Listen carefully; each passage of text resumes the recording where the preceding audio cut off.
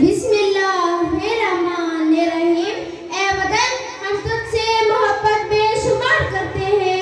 ए वतन हम तुझसे मोहब्बत बेशुमार करते हैं।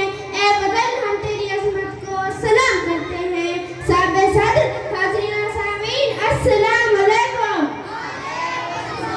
आली वक़ार 14/10/1947 तारीख का वो यादगार दिन जब मुसलमान कौम की जिंदगी में आज़ादी का सूरज तलू हुआ और इसी दिन ही बेशुमार कुर्बानियां दी गई। कितने ही माओ के सामने इनका जिक्र गोशों को शहीद किया गया।